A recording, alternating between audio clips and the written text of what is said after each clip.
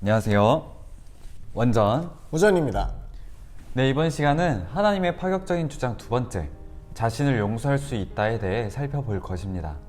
지난 시간에 원수를 용서하고 사랑하는 것에 대해, 그리고 용서할 때 얻는 유익에 대해 살펴보았습니다. 원수를 용서하는 것, 그리고 사랑하는 것, 이것은 하나님의 사랑으로 말미암아 가능한 것입니다. 그러나 자신을 용서하지 못하고 사랑하지 못하면서 원수를 용서하고 사랑한다는 것은 모순된 것입니다. 이번 시간을 통해 자기 정죄로부터 벗어나 자신을 용서하고 사랑하는 시간이 되기를 소망합니다. 저자는 가장 먼저 마샬이라는 인물을 소개합니다. 마샬은 베트남 전쟁 당시에 5명으로 이루어진 정찰대 임무를 수행하던 미군이었습니다. 자신을 제외한 4명의 병사가 한 베트남 여자를 납치해서 먹을 것도 주지 않고 맨발로 강제로 걷게 한 후에 성폭행을 하고 결국 살해하였습니다. 비록 자신은 그러한 만행에 동참하지 않았지만 그러한 만행을 막지 못한 무능력에 대해서 자신을 비난했습니다.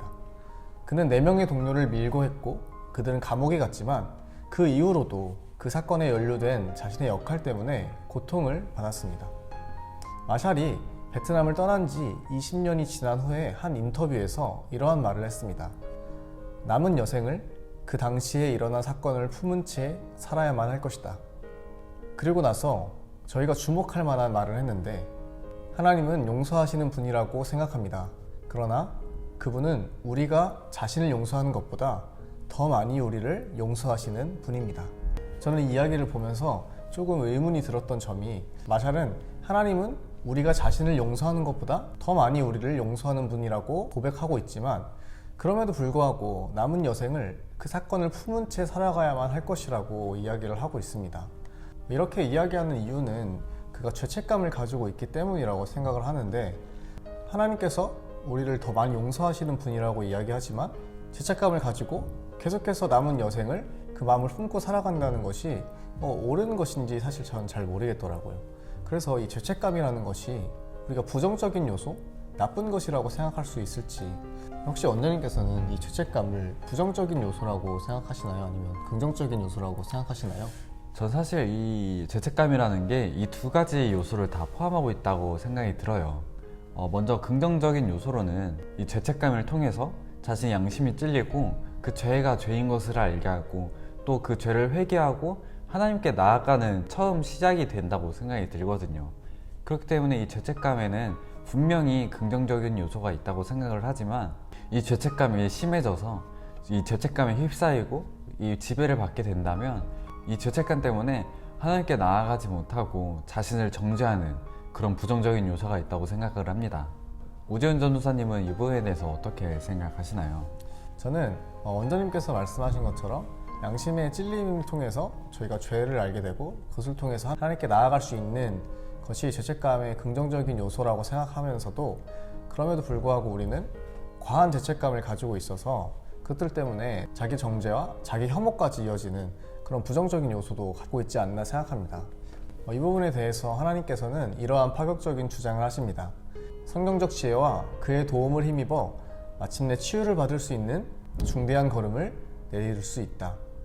하나님이 우리를 용서하시면 자기 정죄의 늪에 빠져 허우적거릴 필요가 없다는 말입니다.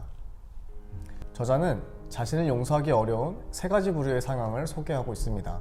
첫 번째로는 단순 실수에도 과민 반응을 보이는 완벽주의 성향을 가지고 있는 이들에 대해서 이야기를 하고 있는데, 이 사람들은 남들의 작은 잘못은 흔쾌히 넘어가면서도 자신의 작은 잘못은 결코 용서하지 않는, 이 사소한 잘못이라도 자신이 아무런 가치가 없는 존재라는 것을 뒷받침해주는 또 하나의 결정적 증거라고 생각하고, 이 자신의 사소한 실수도 그냥 넘어가지 않는 사람들에 대해서 이야기를 하고 있습니다. 혹시 원장님께서는 이러한 성향을 좀 가지고 계실까요? 네, 이런 성향이 많이 있었던 것 같아요. 자, 비록 완벽주의는 아니지만 이런 단순한 실수에 대해서 굉장히 죄책감을 많이 느끼고, 또 더 나아가서 심하게는 이제 자기 혐오까지 이어졌었지 않았나라는 생각이 듭니다. 뭔가 하나님 앞에서 완벽해야지 하나님 앞에 나아갈 수 있다는 생각이 있었던 것 같아요. 이게 하나님에 대해서 잘못 생각했던 것인데, 내가 이래야지 하나님께 나아갈 수 있는 자격이 있을 거야 라는 생각 때문에 이런 실수에 대해서 되게 민감하게 받아들이고 또 이런 실수 때문에 저 자신을 미워하고 용서하지 못하는 모습이 있지 않았나 싶습니다. 우전 전사님은 이런 성향이 조금 있으신가요? 네, 저는 아주 많이 있습니다. 맞는 것 같아요. 네, 사실 저는 저의 작은 실수를 용납하지 않는 성격인데 그렇기 때문에 실수하지 않기 위해서 참 많이 생각하고 고민하는 것 같아요. 근데 또 저에게 또 회피하는 성격이 있기 때문에 그런 생각들이 가중되다 보면 그 머리가 과부하가 생겨가지고 그 생각을 피하게 되고 그렇게 계속 미루다 보면 결국 좋지 않은 선택을 하고 또 실수를 하게 되고 이렇기 때문에 자기 정죄와 원장님께서 말하신 자기 혐오까지 이어지는 그런 성향이 저한테 있는 것 같습니다. 이것이 하나님과의 관계에서도 그렇고 일상적인 부분에서도 그런 모습이 있는 것 같습니다. 저자는 그 부분에 대해서 이렇게 이야기하고 있습니다. 하나님과 그들의 관계는 그들이 얼마나 뛰어나게 이를 성취하느냐에 달려있다. 그들은 처음 자신들이 연약함을 인식해서 하나님을 믿게 되지만 이 연약함을 극복하기 위한 매일의 해결책은 더 열심히, 더 완벽하게 이를 처리하는 것이라고 생각한다. 이런 모습이 저한테 일부는 있었던 것 같습니다. 제가 자격이 없고 부족한 존재이기 때문에 더 열심히, 더 완벽하게 저를 가꾸고 그런 삶을 살아야겠다라는 그런 모습들이 저에게 있었던 것 같습니다. 네, 맞아요. 제가 정말 이 부분이 많이 해결되었던 게 구원의 확신을 얻으면서 좀 많이 해결이 되었던 것 같아요. 자기 혐오에 빠져있던 저에게 하나님께서는 내 있는 모습 그대로를 사랑하신다, 나 자체를 사랑하신다 라는 것을 깨닫게 해주셔서 이런 실수 때문에 하나님께서 나를 용서하지 않으시는 것이 아니구나, 이런 실수나 이런 것들로 인해서 하나님의 사랑이 좌지우지되는 것이 아니구나 라는 것을 많이 느끼게 되면서 이런 부분이 많이 해결되었던 것 같습니다. 네, 저에게 그러한 관점이 굉장히 필요한 것 같아요. 우리의 행위와 상관없이 내가 하나님께 중요한 존재라는 그런 관점이 우리가 가져야 할 건강한 방향이지 않나라는 생각이 듭니다. 저는 저자가 한 이 말이 저에게 굉장히 인상 깊고 또 이 말을 제가 마음속으로 한 10번 정도 선포했던 것 같은데 바로 나의 실수는 내 안에 새겨진 하나님의 형상을 파괴하지 못한다 라는 말입니다. 우리가 실수하더라도 용서받지 못할 만한 잘못이라고 생각할지라도 우리의 실수는 내 안에 새겨진 하나님의 형상을 결국 파괴하지 못한다라는 사실을 우리가 모두가 기억해야 할 것입니다. 두 번째로는 과거에 저지른 잘못 때문에 분노하는 유형입니다. 우리가 전에 그리스도인이었을 때이든지 아니면 비그리스도인이었을 때이든지 과거에 잘못했던 일들을 하나씩 가지고 있잖아요. 왜 과거에 그랬을까? 왜 내가 그런 선택을 했을까? 왜 내가 그렇게 말했을까? 하면서 과거의 잘못들을 우리는 가지고 있는데 그것에 대해서 계속해서 자기 분노를 하며 자기 정죄에 빠져 있는 그런 이들을 소개하고 있습니다. 하나님의 은혜로 용서받은 우리는 왜 계속해서 과거의 허물에 대해 자신을 용서하지 못하고 그런 어려움을 가지고 살아가는 걸까요? 원장님께서는 혹시 어떻게 생각하시나요? 저는 그러한 부분들이 하나님에 대한 오해에서부터 비롯된다고 생각이 듭니다. 하나님의 용서와 사랑을 자신의 생각으로 제한하고 우리의 기준으로 하나님의 사랑과 용서를 생각하다 보니까 이런 오해가 생기는 것이 아닌가, 그런 분노가 계속해서 우리 안에 끊이지 않는 것이 아닌가 라는 생각이 듭니다. 이런 부분들에 대해서 저자는 어떻게 이야기를 하고 있나요?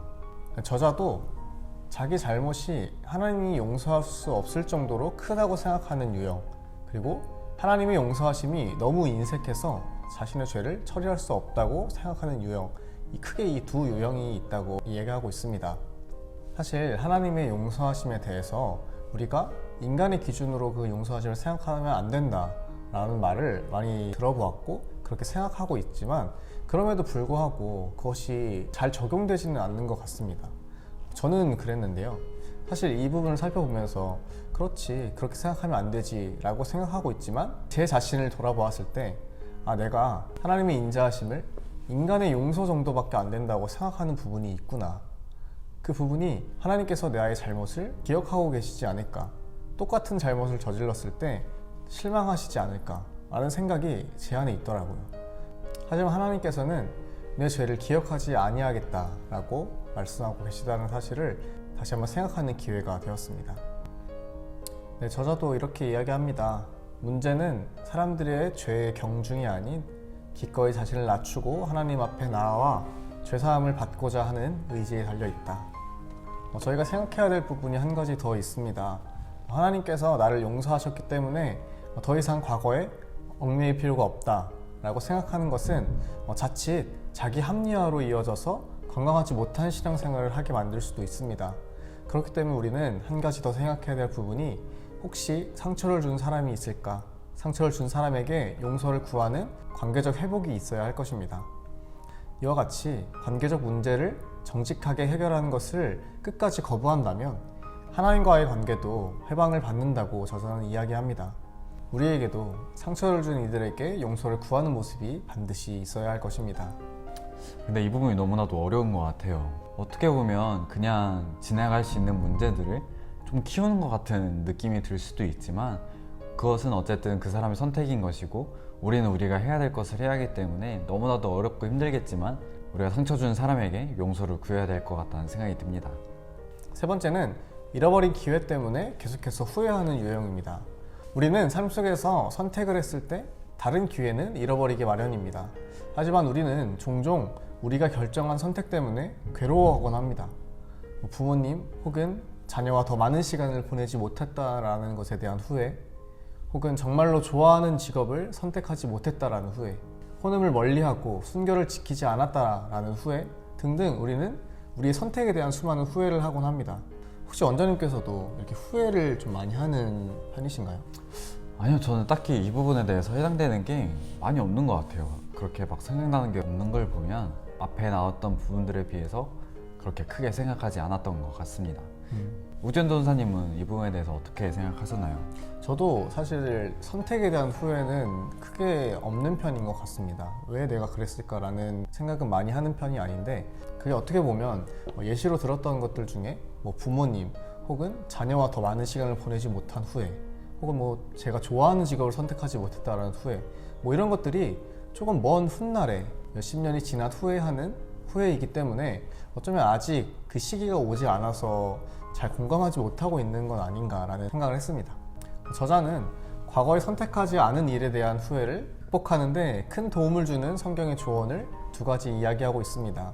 첫 번째로는 우리가 알거니와 하나님을 사랑하는 자, 곧 그의 뜻대로 부르심을 입은 자들에게는 모든 것이 합력하여 선을 이루느니라 라는 로마서의 말씀을 가지고 이야기하고 있습니다.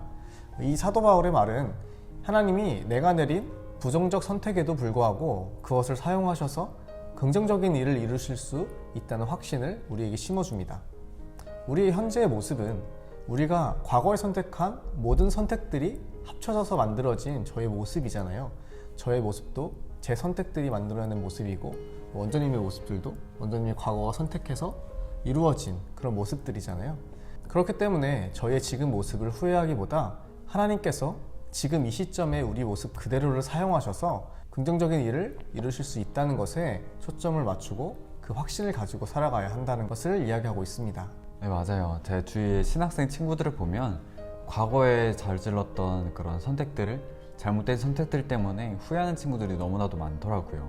특히 자기가 과거에 사고치고 비행을 저지르고 이런 잘못된 선택 때문에 굉장히 후회하고 자책하는 친구들이 많은데, 오히려 그 친구들은 같은 잘못을 저지르고 있는 친구들에게 오히려 더 쉽게 잘 다가가고 그들을 이해하고 그들과 공감해 줄 수 있는 부분을 보면서 오히려 이런 부분들을 통해서 하나님께서 그 친구들을 통해서 이루실 것들이 기대가 되더라고요. 두 번째로는 그런즉 너희는 먼저 그의 나라와 그의 의를 구하라. 그리하면 이 모든 것을 너희에게 더하시리라 라는 말씀입니다. 결정을 우리가 내릴 때에 하나님 먼저 라는 기준을 사용한다면 우리는 올바른 선택을 할 수 있다는 확신을 가질 수 있다라고 저자는 소개하고 있습니다. 우리가 정말로 하나님을 사랑한다면 그분을 가장 우선순위에 두고 선택을 할 때 그분의 말씀을 구하며 그분의 명령에 순종할 것이기 때문에 훗날 우리의 선택을 후회할 그런 상황이 닥칠지라도 우리의 선택은 하나님 기준으로 하나님을 우선하여 선택한 것이기 때문에 결코 후회하지 않아도 된다라는 확신을 우리가 가질 수 있다는 것입니다. 후회, 자기를 향한 분노, 우리가 이룬 일이나 실패한 일에 대해 자기를 용서하지 못하는 것, 이 모든 것은 우리를 괴롭히고 심지어 불살라 버릴 수 있습니다. 그러나 앞서 보았듯이 예수 그리스도 안에 진정한 소망이 있습니다. 과거의 실수가 때때로 불청객처럼 우리 마음에 떠오를 수 있지만 그 고통은 마침내 사라질 것입니다. 이 말은 굉장히 파격적인 주장이지만 사실입니다. 이 파격적인 주장을 따라 하나님의 도움을 힘입어 마침내 치유를 받을 수 있는 중대한 걸음을 내딛는 우리 모두가 되길 소망합니다.